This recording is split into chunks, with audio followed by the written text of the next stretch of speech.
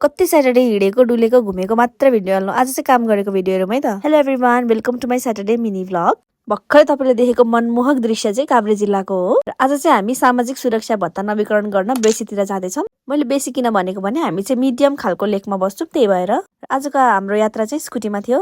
यस्तो राम्रो भ्यू हेर्दै हेर्दै हामी चाहिँ आज बिहानै आफ्नो गन्तव्यतिर लाग्यौँ। बिहान एकदम फ्रेस हावा खाँदै हामी चाहिँ यस्तो राम्रो भ्यू हेर्दै तर नराम्रो बाटोबाट चाहिँ हामी जाँदै थियौँ। तल देखेको चाहिँ सुनकोशी हो। अहिले चाहिँ त्यसकै छेउमा पुग्छौँ हामी एकछिनमा। त्यसपछि हामी चाहिँ यस्तो पहिरोबाट गयौँ क्या, एक ठाउँमा चाहिँ यस्तो पहिरो खसेको थियो, त्यही पहिरोबाट हामी स्कुटी कुदाएर गयौँ। ठाउँ चाहिँ यति धेरै ढुङ्गाहरू पनि खसेको थियो। अहिले बर्खाको सिजनमा चाहिँ यताको बाटो यस्तै नै हो, तर द भ्यू वाज टप नच। अहिलेको लागि यही भ्यू हेरेर चित्त बुझाउँ, तर म चाहिँ एकदम धेरै डराइरहेको थिएँ क्या स्कुटीमा। त्यसपछि एक ठाउँमा पुगेर चाहिँ मेरो ट्रान्सफर भयो स्कुटीबाट बाइकमा। यसको स्कुटीको ब्रेकले चाहिँ खासै काम नगरेको भएर म चाहिँ बाइकमा ट्रान्सफर भएँ। त्यस पछाडि चाहिँ मलाई सासमा सास आयो। हाम्रो फर्स्ट डेस्टिनेसन चाहिँ हाम्रो अफिस थियो, किनभने त्यहाँबाट हामीले चाहिँ धेरै सामानहरू हाम्रो सेटअपको सामानहरू लिनुपर्ने थियो। त्यही भएर बिहानको मौसम भएर चाहिँ कुहिरो लागेको थियो क्या। छेको छेको देउराली डाँडा हुसुरा कुहिरोले।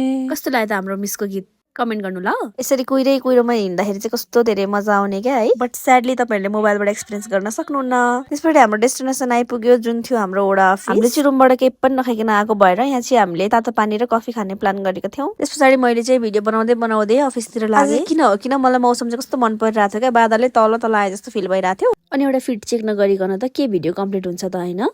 आज स्याटरडे भनेर बिर्सेर मैले चाहिँ अफिसमा आएर हाजिर पनि लगाइदिएछु क्या। And this is my work place.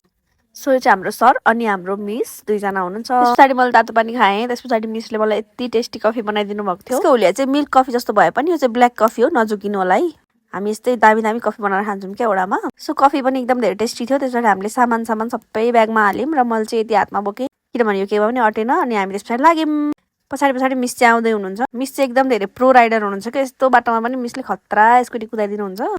अनि अहिले चाहिँ एकदम हरियालीको मौसम भएर कस्तो राम्रो देखिरहेको थियो भ्यूहरू चाहिँ। त्यस पछाडि हाम्रो डेस्टिनेसन आयो, जुन थियो सरमथलीमा रहेको भूमे माध्यमिक विद्यालय।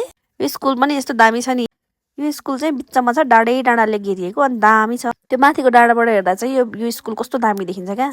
तर मैले त्यो क्लिप लिनै बिर्सेँ। अनि हामी चाहिँ स्कुलमा पुग्यौँ। त्यस पछाडि हामीले सेटअपहरू गऱ्यौँ र काम सुरु गर्न थाल्यौँ। अगाडि नै यहाँ 4-5 जना मान्छेहरू चाहिँ आइसक्नु भएको थियो। त्यस पछाडि हाम्रो काम सुरु भयो। सुरुमा चाहिँ यति धेरै मान्छे आउनु भएको थिएन, लाइन पनि गएको थियो। त्यस पछाडि लाइन आएपछि चाहिँ यति धेरै मान्छे आउनु भयो। मलाई एकदम धेरै सजिलो अनि रिस्की काम दिनुभएको थियो, जुन थियो प्रिन्ट गर्ने, पेपर मिलाउने अनि डकुमेन्टहरू हेर्ने। मान्छेहरूले आफ्नो डकुमेन्ट हरायो भने फेरि लास्टै ज्या हुन्छ। त्यही भएर मैले चाहिँ एकदम धेरै केयरफुली आफ्नो काम गरिरहेको थियो, प्रिन्ट गर्ने, जुन चाहिँ मैले उभि गर्नुपर्ने थियो। त्यही भएर म चाहिँ एकदम धेरै थाकेको थिएँ। त्यसबाट हामीले चाहिँ एकदम छिटै काम भ्याएको थियौँ क्या, त्यति धेरै मान्छे हुनुहुन्थ्यो। त्यही भएर हाम्रो काम चाहिँ एकदम छिटै सकेको थियो। त्यही भएर हामी चाहिँ यहाँ गफ गरेर बसिरहेछौँ। त्यस पछाडि हामीलाई चाहिँ एउटा बुढी आमाको घरमा जानुपर्ने थियो। उहाँ चाहिँ हिँड्न डुल्न सक्नुहुन्थ्यो, त्यही भएर हामीले चाहिँ घरमै गएर गरिदिने प्लान गऱ्यौँ र हामी सामान बोकेर हिँड्न थाल्यौँ। मिसले चाहिँ यस्तो जिन्दगी हेर जतिखेर पनि झोला बोकेर हिँड्नुपर्ने भन्दै झोला देखाउँदै हुनुहुन्छ। त्यस पछाडि हामी त्यो घरमा पुगेपछि त्यहाँ काम गर्न थाल्यौँ। त्यहाँ चाहिँ 5 मिनटमै काम सिधिसकेको थियो। त्यहाँ चाहिँ हामीले कटर पनि खाएको थियौँ। त्यो चाहिँ मैले भिडियो गर्न बिर्सेँ। क्या ब्लगर बनेकी रे तू।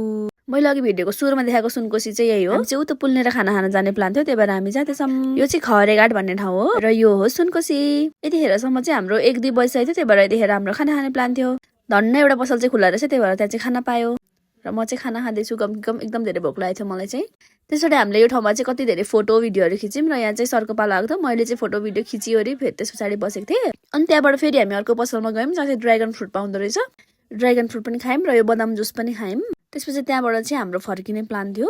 मैले चाहिँ यस्तो भिडियो बनाउनलाई देखाएको सबै लुगामा पोखेको थिएँ। कस्तो क्लम्जी छु क्या म त। अनि हामी फर्किँदाखेरि चाहिँ यो यहीँ गाउँघरमा फलेको भुइँकटर यति धेरै टिपेर ल्याएको थियौँ। गाउँमा बस्नुको फाइदा चाहिँ यही हो है। अनि फर्किँदा चाहिँ हामी एकदम धेरै थाकेको थियौँ, त्यही भएर मैले यस पछाडि भिडियो बनाउन पाइनँ। सो यति नै हो। Bye and see you in my next video.